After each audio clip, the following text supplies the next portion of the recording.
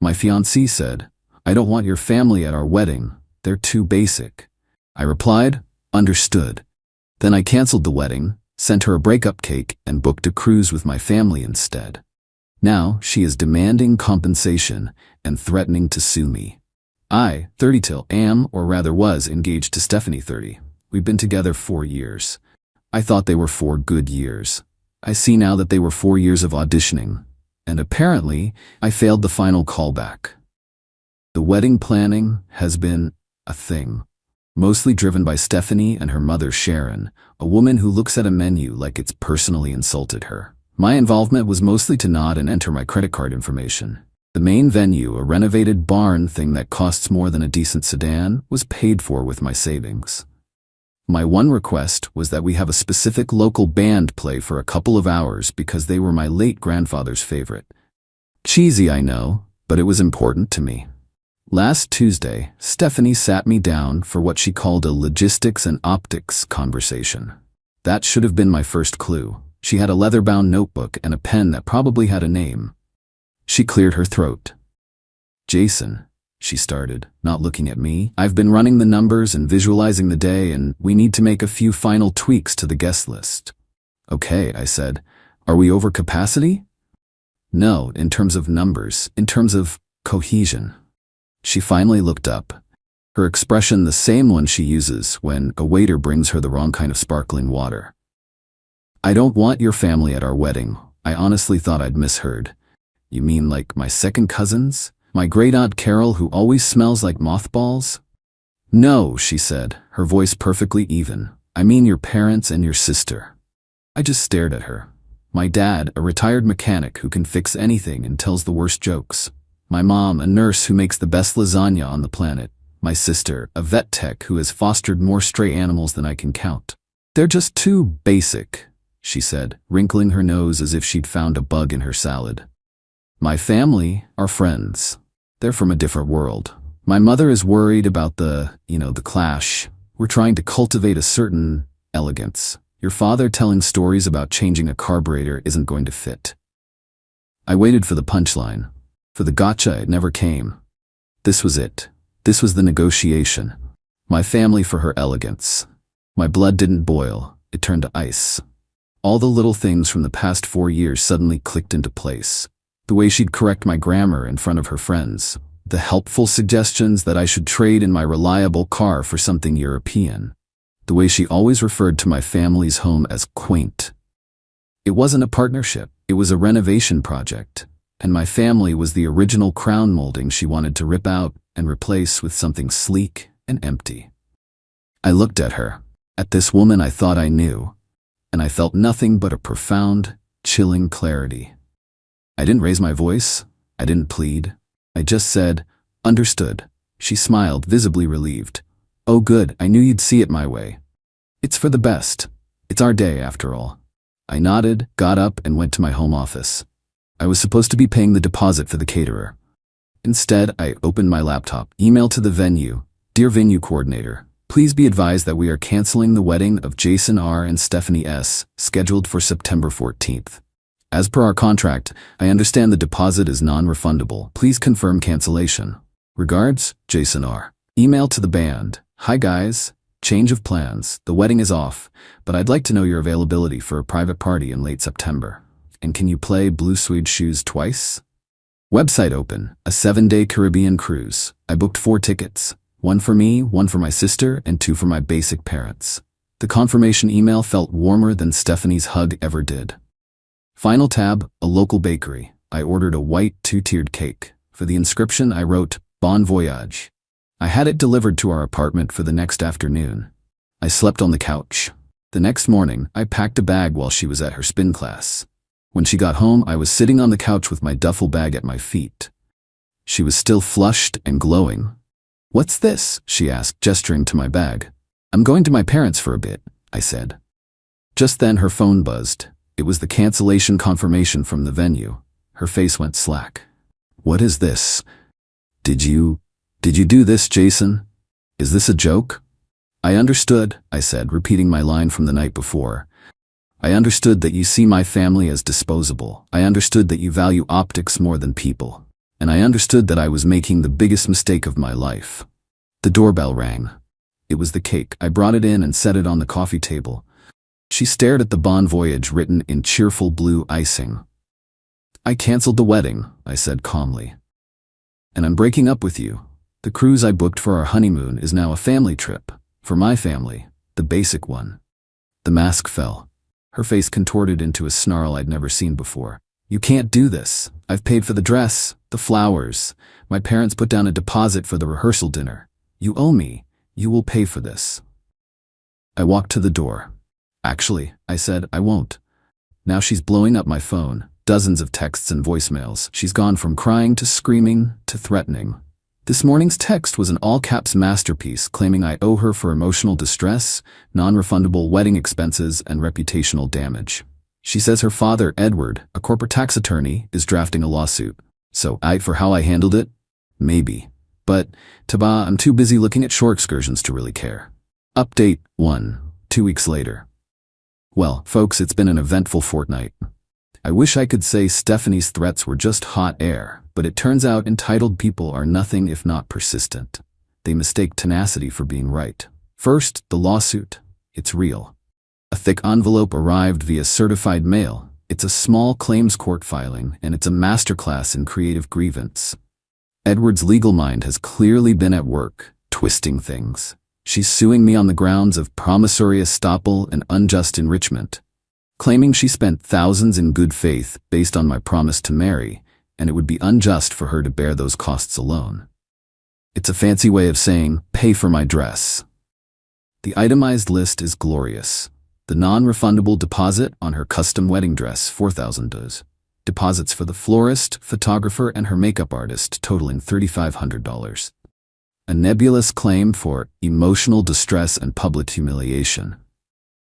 The total is just shy of the small claims maximum. She conveniently forgot to mention that the single largest expense, the venue, was paid for by me and is a loss I've already eaten. But here's where they showed their strategic hand. Last Monday, I got an urgent meeting request from my boss, Ronald. I walk in and he looks uncomfortable. "Jason," he says, "I got a call this morning from Edward S. Stephanie's father." My stomach clenched, but I kept my face neutral. Ronald continues. "He said he was deeply concerned about your erratic and unstable behavior recently. He mentioned the canceled wedding and implied that you were having some sort of breakdown that might impact your work and by extension the company's reputation." It was a beautiful move. Not a direct threat, just a concerned phone call designed to put me on a professional defensive. This is where my calm approach paid off. Panicking would have validated Edward's narrative. Instead, I took a deep breath. "Ronald," I said, "I'm glad you brought this to me. My ex-fiancée and I are having a contentious breakup. Her father is attempting to leverage his position to intimidate me. The erratic behavior he's referring to was me canceling our wedding after she informed me my family was not welcome." Then I went to HR. I created a paper trail. I explained that an external party was attempting to interfere with my employment due to a personal dispute. I framed it as protecting the company from potential future meddling. Bureaucracy, my friends, can be a beautiful shield. The second front is the apartment. Our lease is up in 3 months, and I am the primary leaseholder. I sent Stephanie a formal, notarized letter giving her 30 days' notice to vacate the premises, as is my legal right. Her response was a text, "LOL, try and make me leave." The apartment has become a cold war zone. She started leaving passive-aggressive notes everywhere. It's psychological warfare, amateur hour edition. A couple of our mutual friends, Jeffrey and Rebecca, called me. I didn't badmouth Stephanie, I just forwarded them the screenshot of the basic text exchange.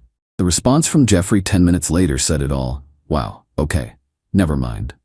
So, the plan is simple. Prepare for court with facts, not feelings. And document everything Stephanie does in the apartment. If she's not out in 30 days, I'll start the formal eviction process. Update 2.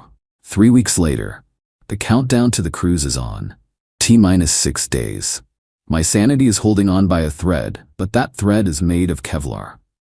The apartment situation devolved exactly as you'd expect. Stephanie's strategy was to be the worst possible roommate, hoping I'd pay her to leave. It was a war of attrition. I didn't engage.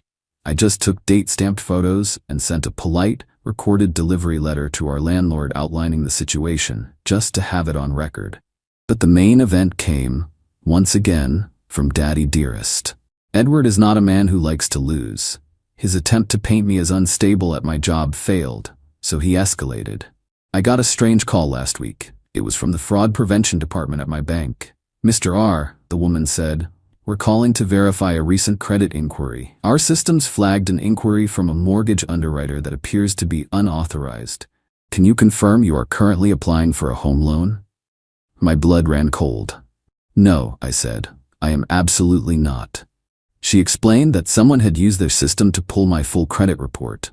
Because it wasn't tied to any application from me, their compliance software flagged it. And who is a top partner at a firm that has this major lender as a huge client? Edward S. He couldn't get me fired, so he decided to see if he could financially kneecap me. This was a major escalation, a potentially illegal one. But his arrogance made him sloppy. The bank's automated system did its job. The woman on the phone was cautious but clear. "We cannot disclose details of our internal investigation," she said, "but we can confirm an unauthorized inquiry was made on your file.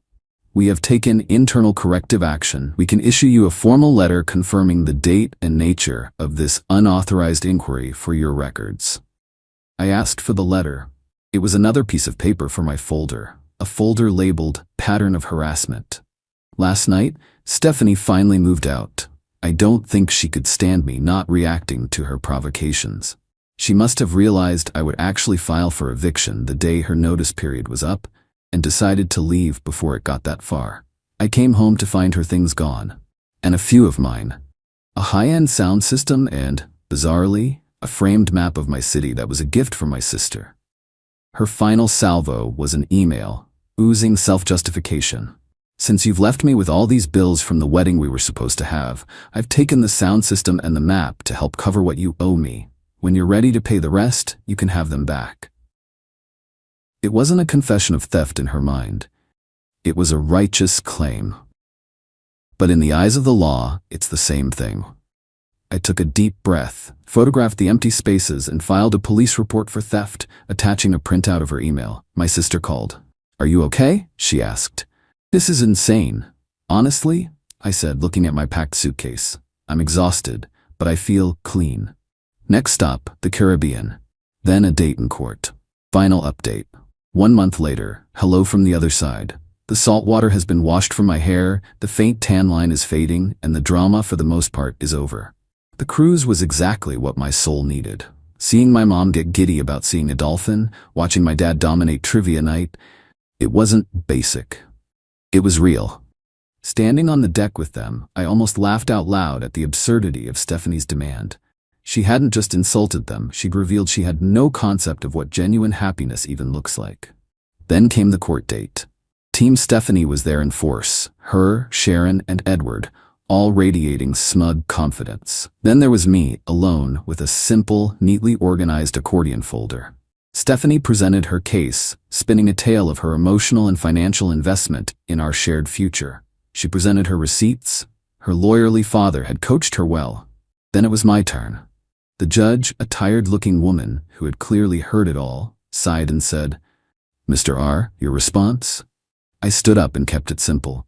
"Your Honor," I began, "I do not dispute that the wedding was canceled. I canceled it. The question is why." I handed the clerk Exhibit A, a printout of a text message from Miss S, received 2 days before the cancellation, stating that my parents and sister were too basic to be allowed to attend our wedding. The judge read it. Her eyebrow shot up. I continued, "The largest single expense, the venue deposit of $10,000, was paid by me. I absorbed that loss. Miss S's financial commitments were with her vendors, not me. Her claim of unjust enrichment is voided by the fact that she was the one who fundamentally breached the good faith agreement of our engagement." I saw Edward whisper something to Stephanie. She was starting to look less confident. "But the issue goes beyond the wedding," I said. "After the breakup, I was subjected to a campaign of harassment designed to pressure me." I handed the clerk my next documents. Exhibit B is a summary from my employer's HR file, documenting a phone call from Mr. S attempting to interfere with my employment. Exhibit C is a formal letter from my bank confirming an unauthorized and improper inquiry into my personal finances, an action taken after Mr. S's first attempt at intimidation failed. The judge's expression hardened as she read the bank letter. She looked over at Edward, whose face had gone pale. He had leveraged his power, and I had simply leveraged the system's ability to document it. Finally, I said, regarding Miss S's attempt to recoup costs by other means, Exhibit D is a police report I filed for theft of my property, and Exhibit E is an email from Miss S herself admitting she took the items as collateral for this perceived debt. I rested my case. The judge looked from me to Stephanie. Miss S, is this text message authentic? Stephanie stammered. We were trying to curate, it was a discussion. The judge wasn't having it. She dismissed the entire case. She told Stephanie that broken engagements are a shared risk and that her claims were baseless, especially in light of her profound show of disrespect to the plaintiff's family. She then looked pointedly at Edward and said that the evidence of harassment was deeply troubling and that I was well within my rights to pursue those matters in a different venue. The fallout was quiet, but absolute. Legal. Stephanie got nothing. A police officer made a friendly call about the theft report, and my property was returned the next day. She was out all her deposit money. Professional. I don't know what happened inside Edward's world, but that kind of documented overreach, the HR complaint, the bank inquiry, leaves a mark on a reputation built on untouchable influence. Social. The court's judgment solidified the real story. Stephanie and her family were exposed not as victims, but as what they were. Classist, manipulative people who lost a game of chicken they started. I live in a new apartment now. It's smaller, but it's all mine. I'm not dating. I'm just enjoying the peace. I heard Stephanie is still furious, telling anyone who will listen how I ruined her life. She never learned a thing. Some people never do. They're just part of a story I tell now. A story about a close call and a good cruise.